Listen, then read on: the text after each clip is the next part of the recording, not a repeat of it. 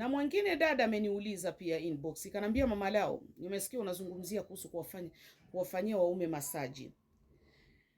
Kwa dunia ya leo sote wanaume wanafanya kazi, wanawake tunafanya kazi, na sisi tufanywe masaji na nani?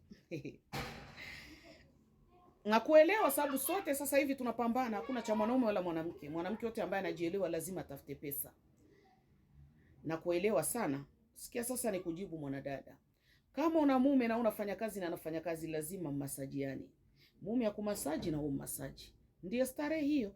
Maana mapenzi ni kuhurumiana. Nyote muhurumia, mume akuhurumie na wewe pia umhurumie. Muhurumiane.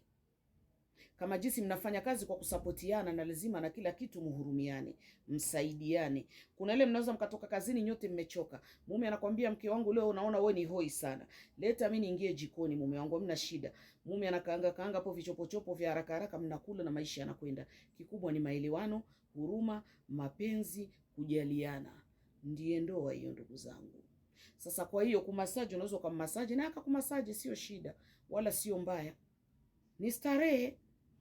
Upo nyonyo. Sijasema tu eti wanawake tu ndio masaji wanaume, pia hata wanaume wana haki kumasaji wake zao.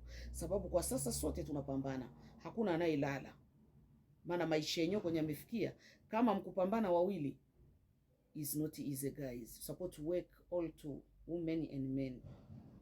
Just to respect yourself. If you are woman, if you are men, support to know I'm already married.